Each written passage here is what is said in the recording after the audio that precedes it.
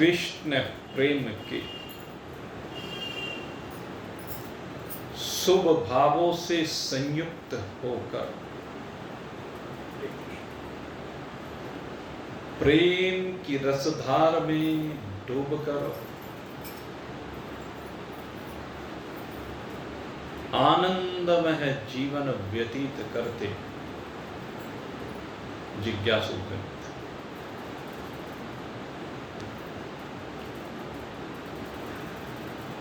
कल आपके सन्मुख चर्चा की गई राधिके रानी के माध्यम से जो उपदेश रुक्मणी जी को प्रदान किया गया, यह उपदेश जो राधा गीता के नाम से प्रचलित है, जिसमें राधिके रानी ने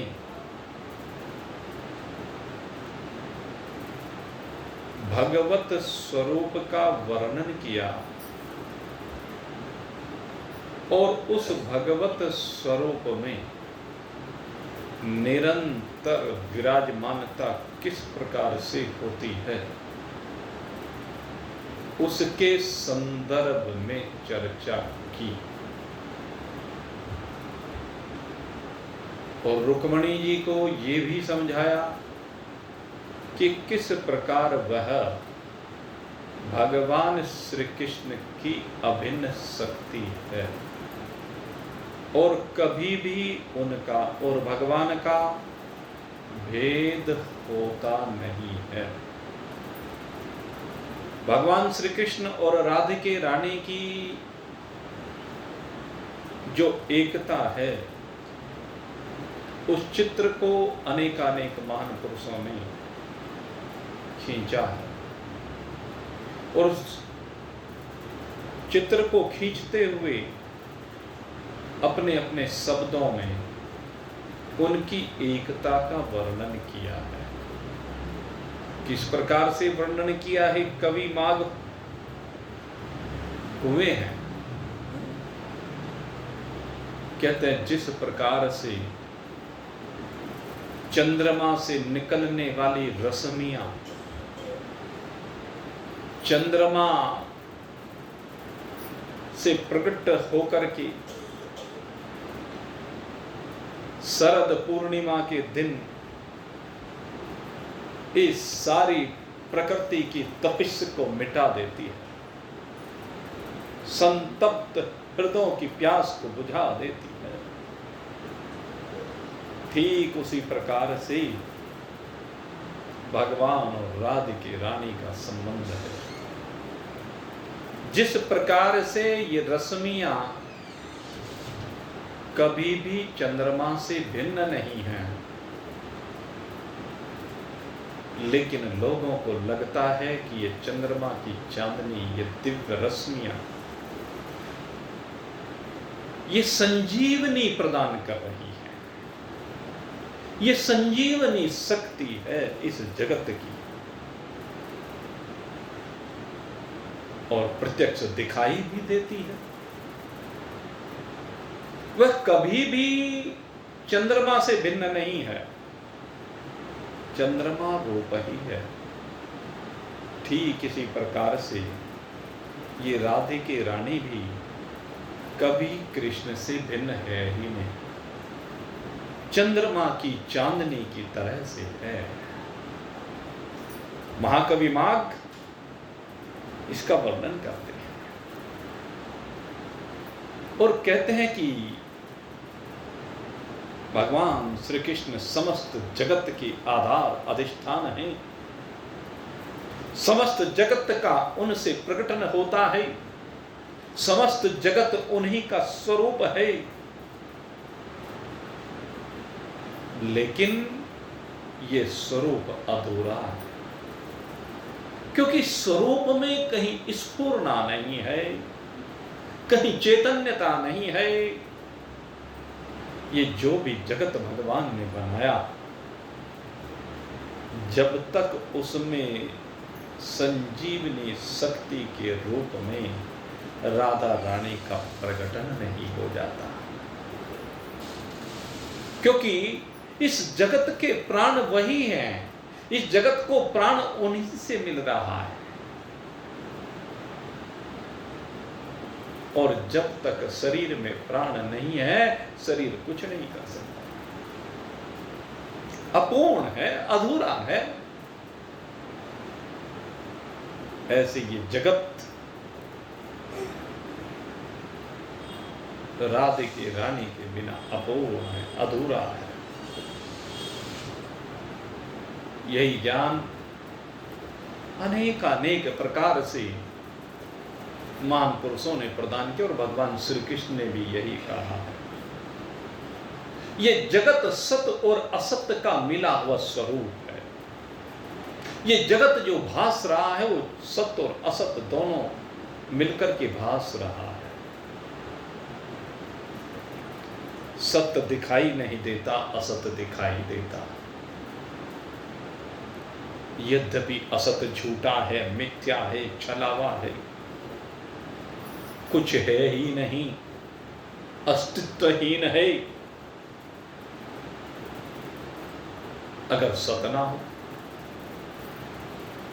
लेकिन सत्य का भी कोई अस्तित्व किसी को प्रतीत नहीं हो सकता जब तक असत्य ना हो। सत्य का अस्तित्व असत्य में ही दिखाई देता है। महान पुरुष जो विवेक कराते हैं, किसका विवेक कराते हैं? असत्य का विवेक कराते हैं।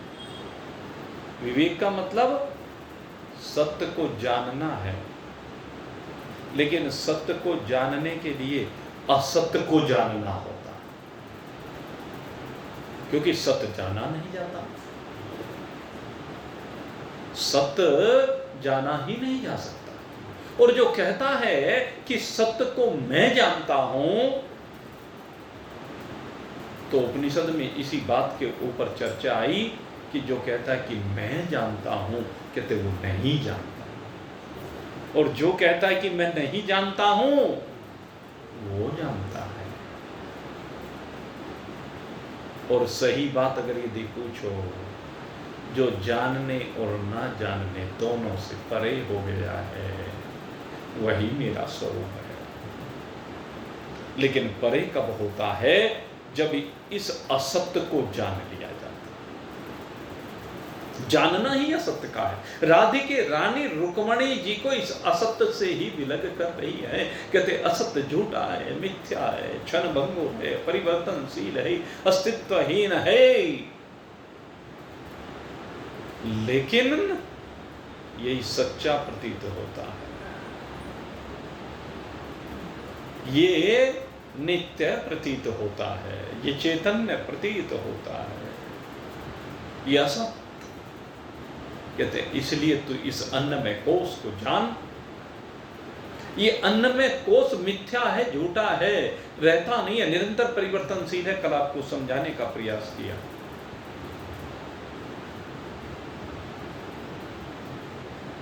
इसमें सत्य क्या है? कहते हैं सब कुछ असत्य ही असत्य है, सब कुछ झूठा ही झूठा है, क्षण क्षण में रंग बदलने वाला है। समझा दिया। ये भगवान ने जो जगत बनाया, उसमें अगर देखा जाए तो ये जो अन्नमय कोश है सबसे निकृष्ट है। पंच कोशों का निर्माण भगवान ने किया है। ये जो पंचकोश हैं, इनका निर्माण होता है।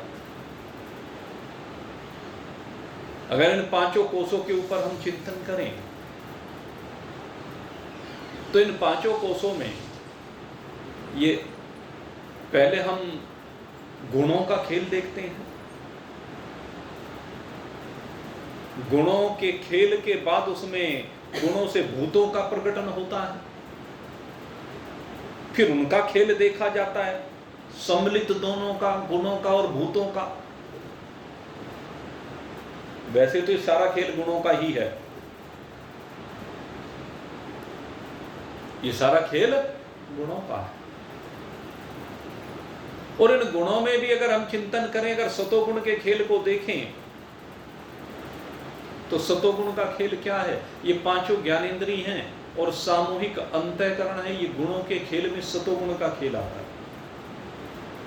अंतःकरण और ज्ञानेंद्रिय,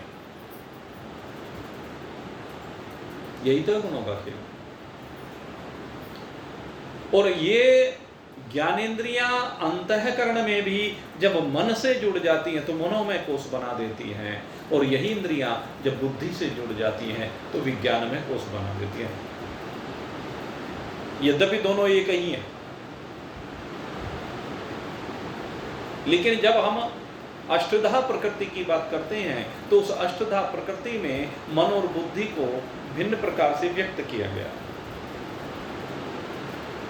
संकल्प विकल्पात्मक मन होता है, जितनी स्फुरणाएं होती हैं वो मन में होती हैं। एक संकल्प को अनेक रूपों में जो विभक्त करता है ये मन करता है, जिनको हम सारे संसार में प्रत्येक जीव में देखते हैं मनोमय कोष के रूप में। लेकिन मन के जो विभिन्न संकल्प हैं, इन विभिन्न संकल्पों में अगर यदि जीव घूमता रहेगा तो संकल्पों में घूमते हुए भटकता रहेगा। मनोमय कोष से विज्ञानमय कोष को श्रेष्ठ कहा गया। क्यों कहा गया? क्योंकि मन भटका है, मन आपको भटका रहा है। मन का काम ही भटकाना है, क्योंकि एक जगह पे टिकता नहीं। इस मन को टिकाने के लिए बार बार प्रयास करते हैं, लेकिन मन को अगर कोई टिका सकता है तो वो बुद्धि, बुद्धि की समझ है, और वो बुद्धि ही टिकाती भी है। आखिर में जाके तो एक जगह टिकना ही पड़ता है। खूब संकल्प के विकल्प करते चले जाओ,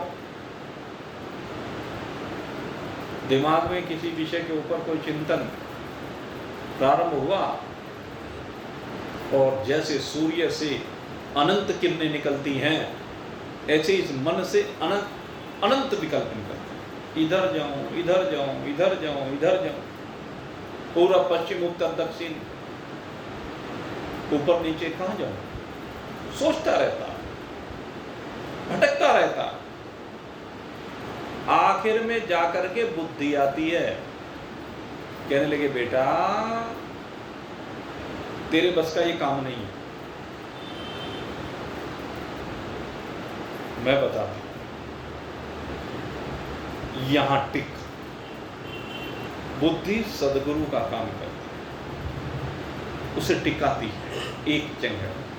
निश्चात्मिका बुद्धि, संकल्प विकल्पात्मक मन कहा गया, लेकिन निश्चात्मिका बुद्धि कही। बुद्धि ने टिकाया, इसलिए बुद्धि श्रेष्ठ हुई। बुद्धि ने अनेक विकल्पों को खत्म करके एक दिशा दी, एक जगह पर टिकाया, और बुद्धि का ये टिकाव उसे एक दिशा में लेकर जाता है।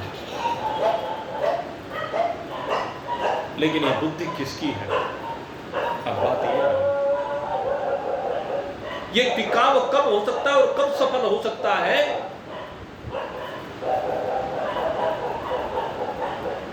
जब इस बुद्धि में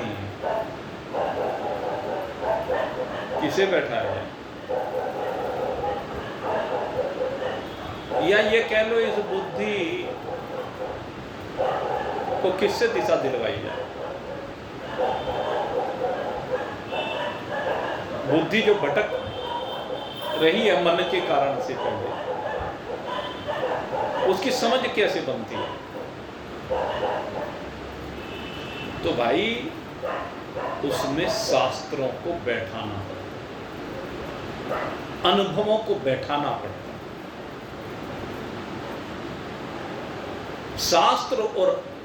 शास्त्र का ज्ञान और अनुभव ये बुद्धि को होता है।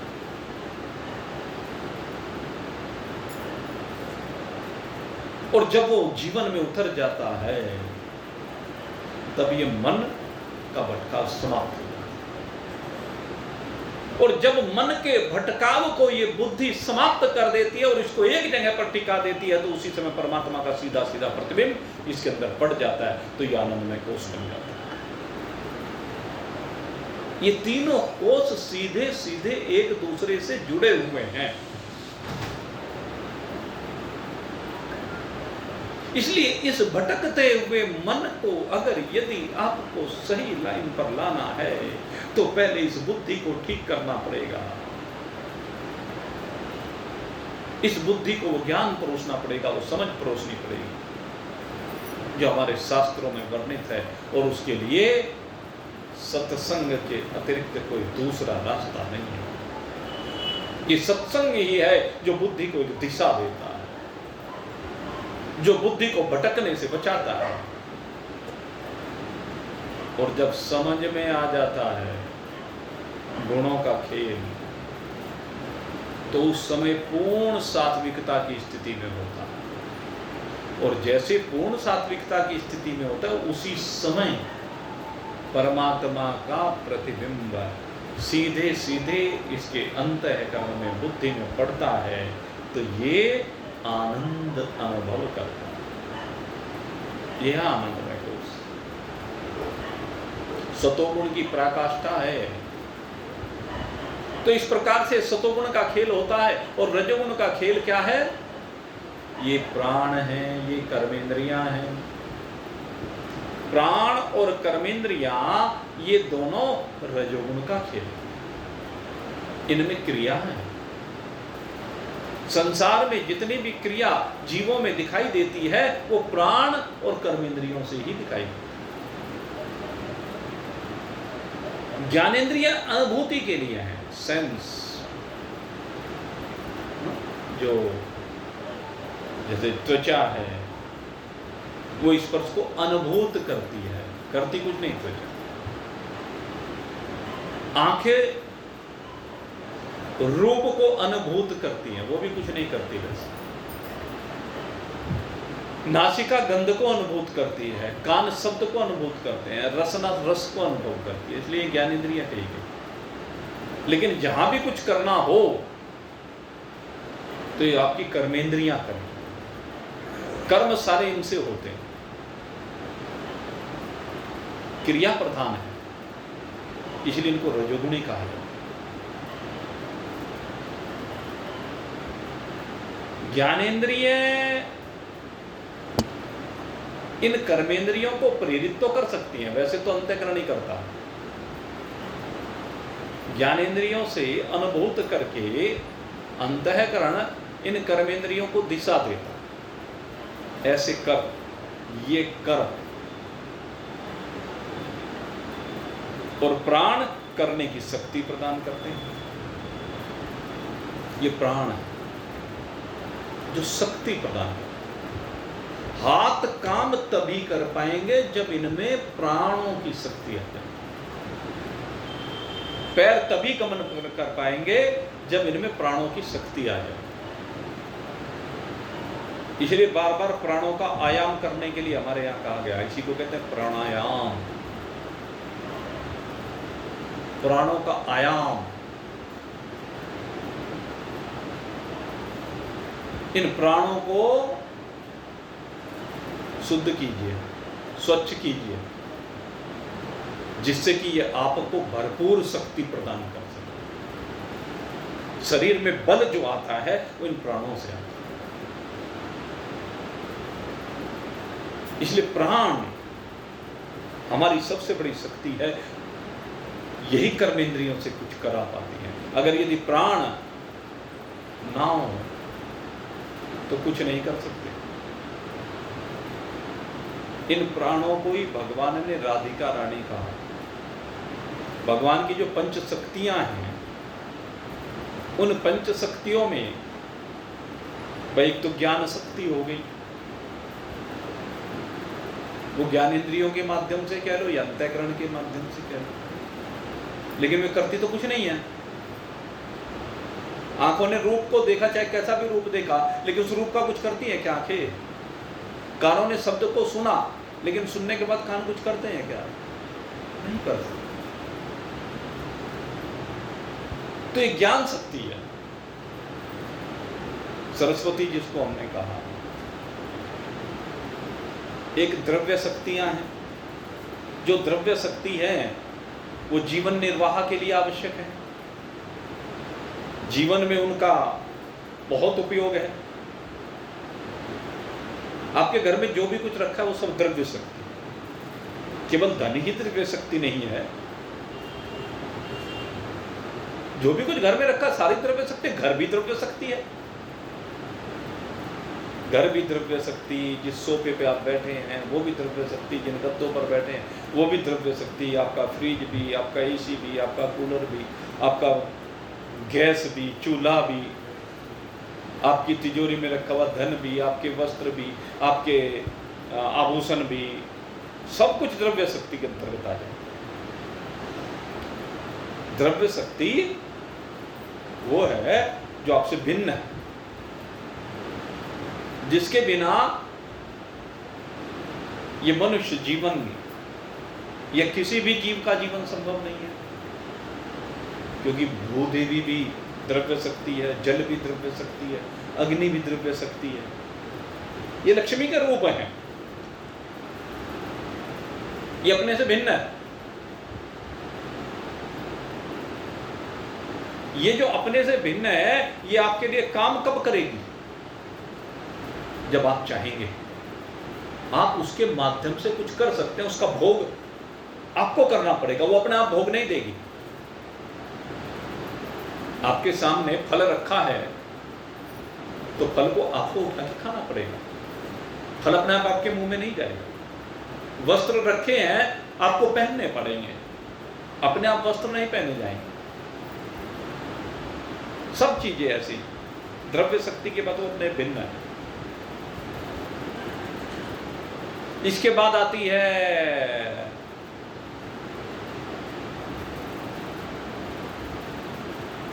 तेजोमयी शक्ति, जो गायत्री सावित्री का स्वरूप है। तेजोमयी शक्ति, ये जो तेजोमयी शक्ति है ये बहुत काम की शक्ति है। ये शरीर में बल की वृद्धि करती है, ओज प्रदान करती है। शरीर में बल भी है, ओज भी है। चौथी जो शक्ति है वो क्रिया शक्ति, और ये जो क्रिया शक्ति है, ये क्रिया शक्ति मां गौरी का रूप कहा जाता है। और ये क्रिया शक्ति को आप इन कर्मेंद्रियों के रूप में मान सकते हैं। ये कर्मेंद्रियां हैं जो क्रिया शक्ति है। शरीर में बल भी हो लेकिन कर्मेंद्रियां ना हो, क्या करेंगी? हाथ बलशाली हैं, बल तो है, लेकिन अगर इनमें क्रिया नहीं है तो क्रिया के बिना थोड़ा ना बल होगा। क्रिया से तो बल का पता चलेगा। क्रिया शक्ति है। आप खड़े रहे, पैर सामर्थ्य बहुत है, चले ही नहीं, चल के दिखाते हैं ज्ञान में। चलना ही क्रिया शक्ति है, करना ही क्रिया शक्ति है, बोलना ही क्रिया शक्ति है। और पांचवी बात आती है, ये क्रिया शक्ति के साथ जब तक प्राण शक्ति ना मिले। राधिके रानी कहता सब कुछ व्यर्थ है, सब कुछ 0/लड्डू है। कहते हैं 0/लड्डू, ये स्कूलों में सबसे ज्यादा प्रचलन में है। सब जोन से ये बैक बेंचर होते हैं, पीछे बैठने वाले टीचर्स की नज़रों से बचा के सिर नीचे करके चुपचाप बस यूं ही दिखाने वाले, समझ में उनकी कुछ आता नहीं, करते हुए कुछ है नहीं। जब एग्ज़ाम होता है, माँ बाप को भी धोखा दे रहे हैं, टीचर को भी धोखा दे रहे हैं और वास्तव में अपने आप को धोखा दे रहे हैं। अब उनसे उस समय तो कुछ होता नहीं, पेपर सामने आ गया, कभी इधर झांकेंगे कभी इधर झांकेंगे, आखिर में 0 बटा वहीं रह जाता। ये क्या हुआ? तो सब कुछ 0 बटा लड्डू है जब तक ये प्राण ना हो। चारों शक्तियां हो लेकिन प्राण ना हो। और ये हम प्रत्यक्ष देखते हैं, रोज देखते हैं अपनी जिंदगी में। जैसे ये प्राण शक्ति निकलती है शरीर से, सब कुछ शक्ति विहीन हो जाता है। न किसी में क्रिया रहती, न किसी में ज्ञान रहता, न किसी का द्रव्य रहता। रहता है क्या? जोड़ जोड़ तूने भर लिए खजाने, फिर भी तृष्णा अड़ी रही, धरे रहे तेरे रंगले बंगले, खाली बारादरी रही। रह जाती है कि नहीं रह जाती है?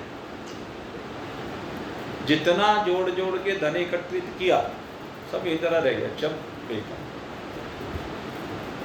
शरीर में कितना बल था, कितना तेज था, गायत्री सावित्री की कितनी कृपा थी, कहाँ गया? प्राणों के जाते ही भाई सारी चीज 0 बटे लड्डू हो जाती है। प्राण है तो सब है, और प्राण नहीं तो किसकी महत्ता है? एक प्राणों से इन सब की महत्ता है। इसलिए प्राण में कोष ये बड़ा महत्वपूर्ण माना है। इसलिए राधिके रानी को सबसे महत्वपूर्ण माना गया, क्योंकि ये जगत का प्राण ये राधिके रानी है। ये प्राणों का संचरण ये है। ये प्राण बनकर के सबके अंदर बैठी है। ये प्राण बनकर के सबको संजीवनी शक्ति दे रही है। सबकी जीने की जो अभिलाषा है ये राधिके रानी। तो इसको कैसे भिन्न किया जा सकता है? ये जीव से कभी भिन्न रह ही नहीं सकता। ये जीवात्मा जो बैठा हुआ है उससे भिन्न होती ही नहीं है कभी। अगर भिन्न हो गई तो उसी समय सब कुछ जयराम जी की। तो पंच कोशों के माध्यम से राधिके रानी ने समझा दिया रुक्मणी जी को। कहते हैं जो पंचकोश हैं, कहते हैं पंचकोश सब मिथ्या हैं। कहते अब तो तुम कह रही थी मेरे बगैर कुछ नहीं है, प्राण शक्ति के बगैर कुछ नहीं। कहने लगी बिल्कुल ठीक कहा।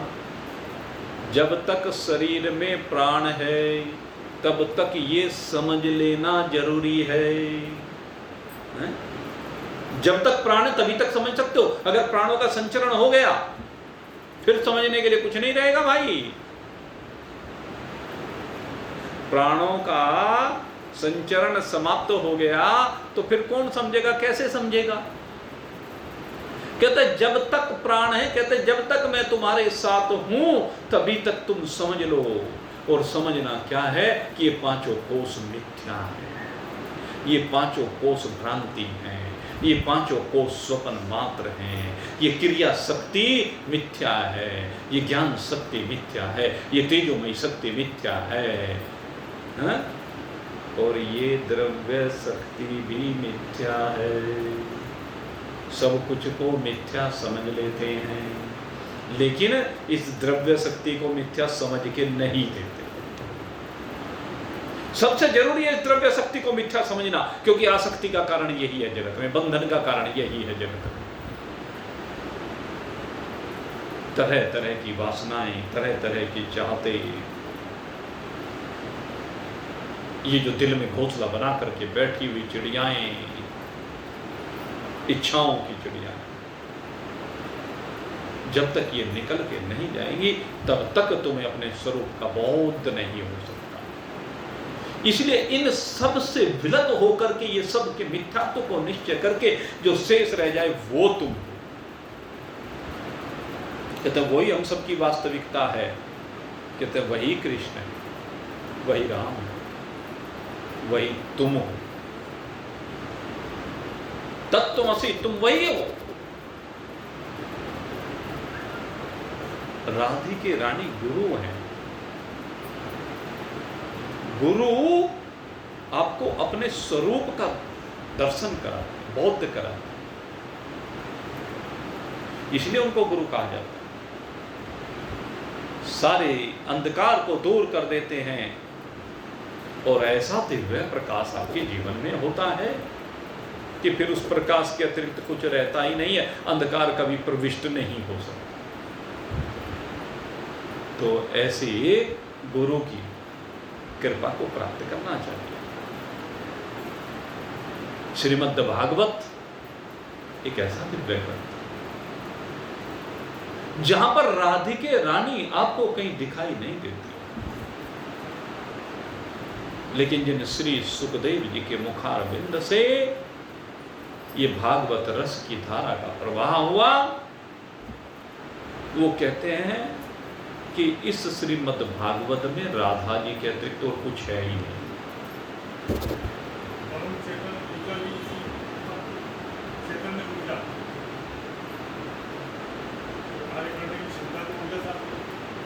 ऊर्जा है, शक्ति है, माया रूपी है।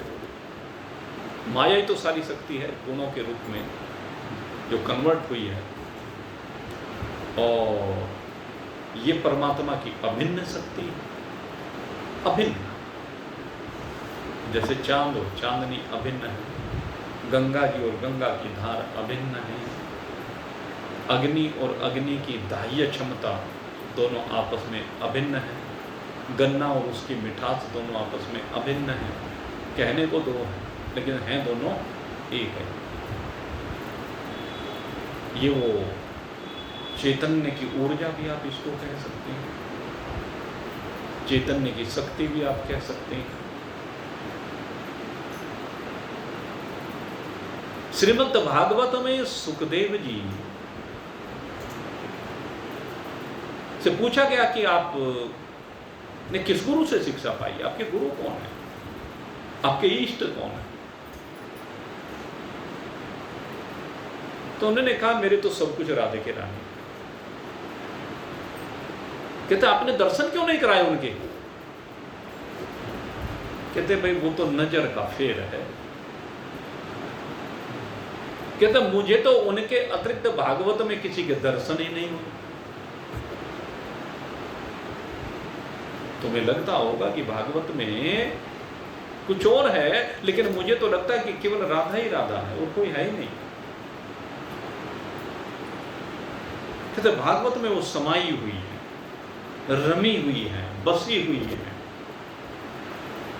जैसे महाभारत का युद्ध हुआ, बबरीक से पूछा गया तुमने सारी युद्ध को देखा? क्या देखा? क्या देखा?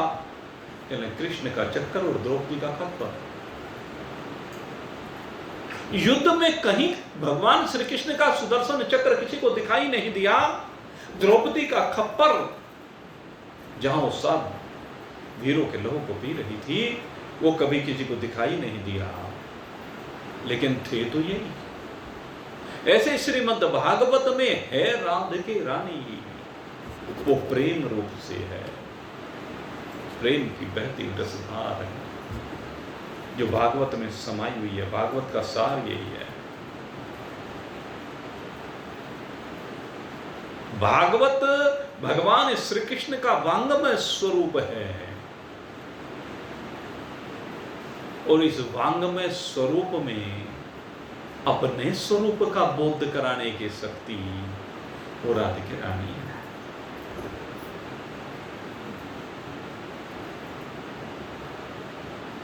ये जो भी शक्ति है शास्त्र के अंदर, वही राधिका रानी है। शब्द के अंदर उस शब्द का अर्थ का बोध करा देने की जो शक्ति होती है वही राधिके रानी। रुक्मणी जी ने सुना, सुन करके हृदय के कपाट खुलते चले और कपाट खुलते ही राधिके रानी के चरणों में लेटे। पार्थ, आज मैं तुम्हारी कृपा से समझ पाई कि वास्तव में तुम हो क्या। अब तक तो केवल कृष्ण के मुख से तुम्हारा नाम सुना करती, ये कृष्ण भी जिसके दीवाने हैं, लेकिन अब समझ में आया तुम्हारी अभिन्नता के संदर्भ में मैं आपके चरणों में प्रणाम करती हूं और आपकी कृपा की अभिलाषी हूं। मेरे प्रणाम को स्वीकार करें और कृपा करें। हर शिष्य अपने गुरु के चरणों में प्रणाम करके यही तो प्रार्थना करता है।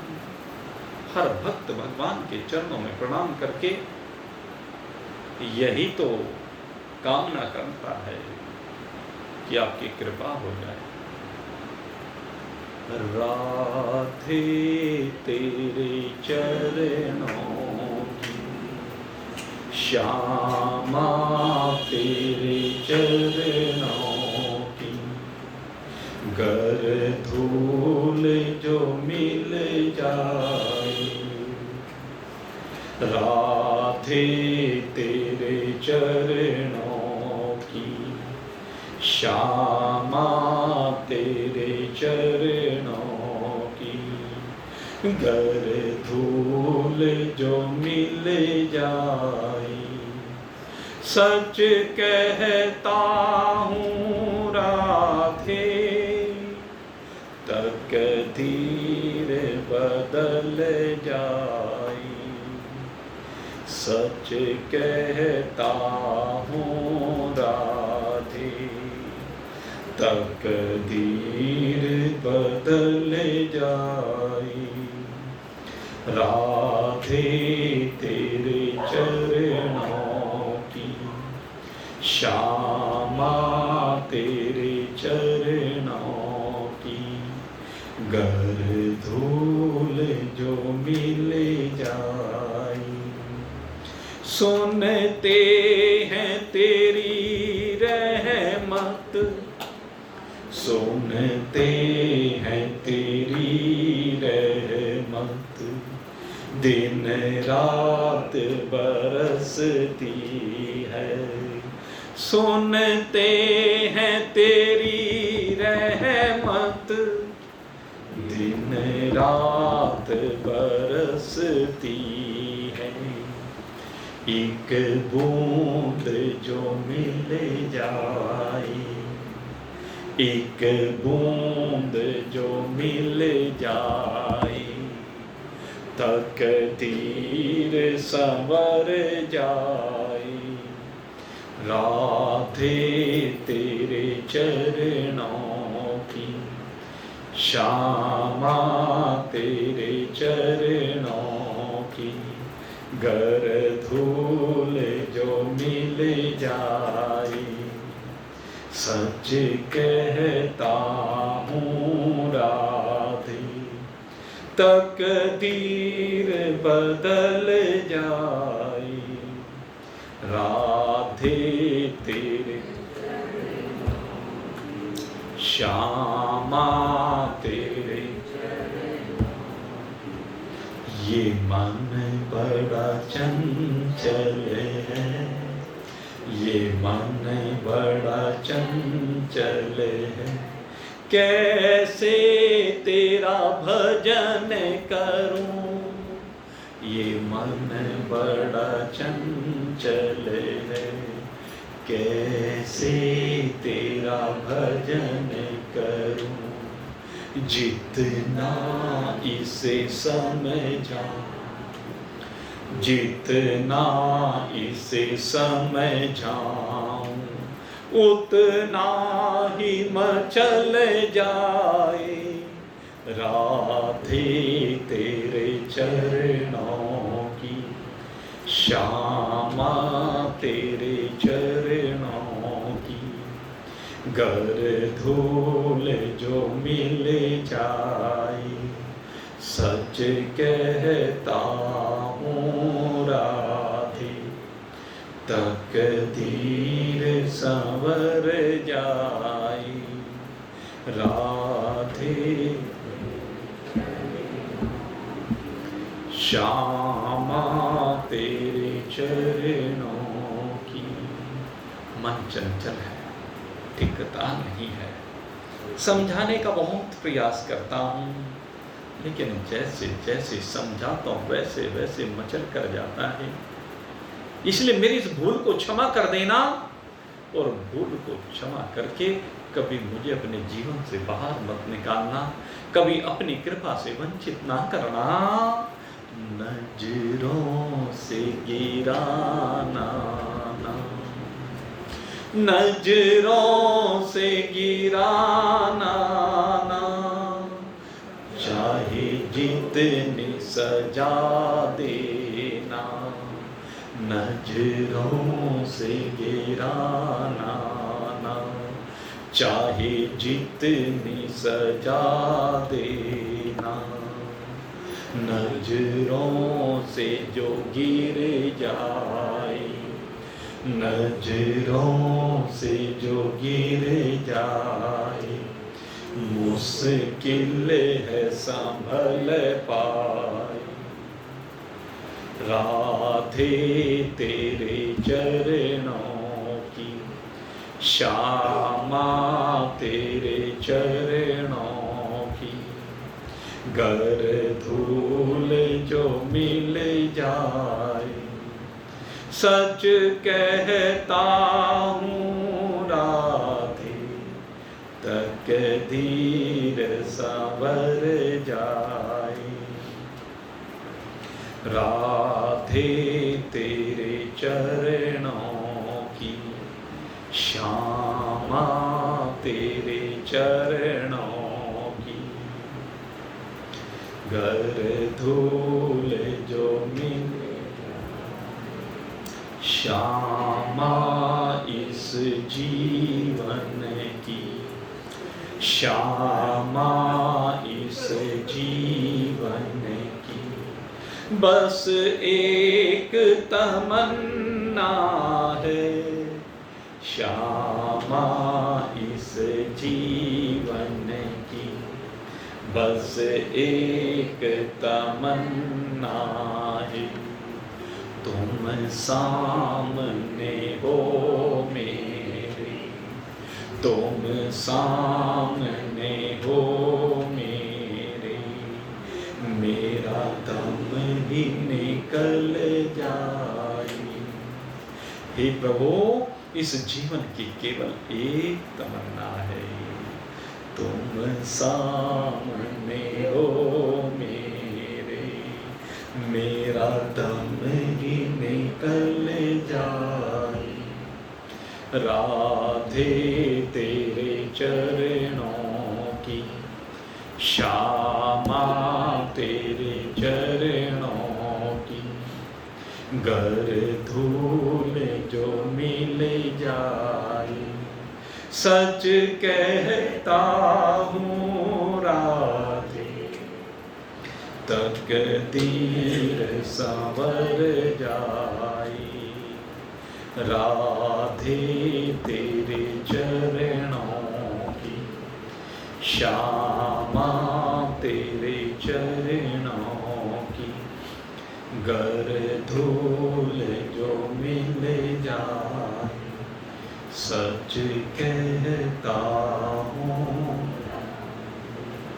तकदीर संवर जाए। जी हाँ,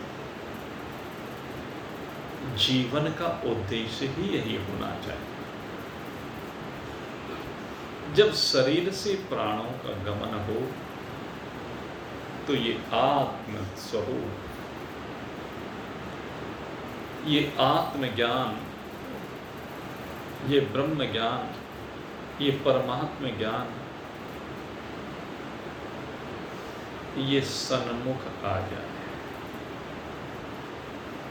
क्योंकि भगवान कहते हैं कि अगर ये सन्मुख नहीं आया, उस समय भी अगर सन्मुख नहीं आया, तो फिर जन्म जन्मांतर के पाप कैसे कटेंगे? ये नहीं कट सकते। सन्मुख हो ये जीव मोह जब ही, जन्म कोटि अगनाश ही तब। इसलिए भगवान से प्रार्थना करते कि हे प्रभु, अंत काल में केवल एक भावना हो, सर्व खल विदम ब्रह्म। ये सब कुछ ब्रह्म है, ब्रह्म के अतिरिक्त अब कुछ नहीं। सब भ्रम की निवृत्ति होकर के जो ब्रह्म कहा गया वो भी ब्रह्म ही है। ये अंतिम उपदेश है। जो भ्रम रूप से कहा गया, जो मिथ्या रूप से कहा गया, जो असत रूप से कहा गया, वो असत भी सत्य ही है। यही ज्ञान। ना सतो विद्यते भावो न अभावो विद्यते सतः।